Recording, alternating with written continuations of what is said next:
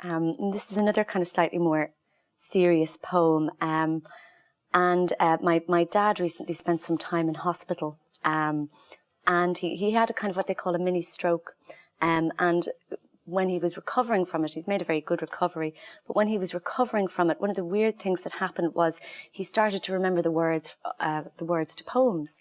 And he has always been a man with absolutely no short-term memory or no recall in terms of these things. And when we came in to visit him in hospital straight after the event, he started reciting The Destruction of Sennacherib by Byron in its entirety to us, which was kind of fascinating. It's slightly terrifying, but fascinating.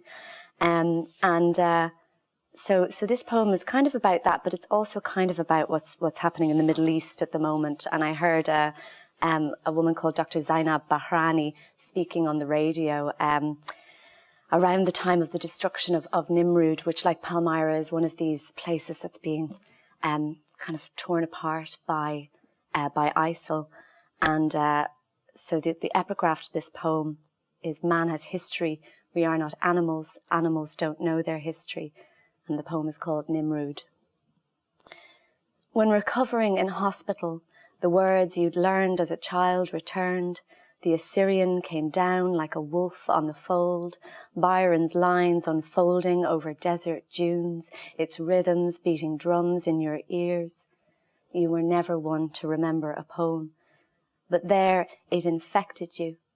We laughed away this possession, and instead of being present, I was a child again too, asking you to explain the principle of who got there first, while you revealed for me the rootless stem of history.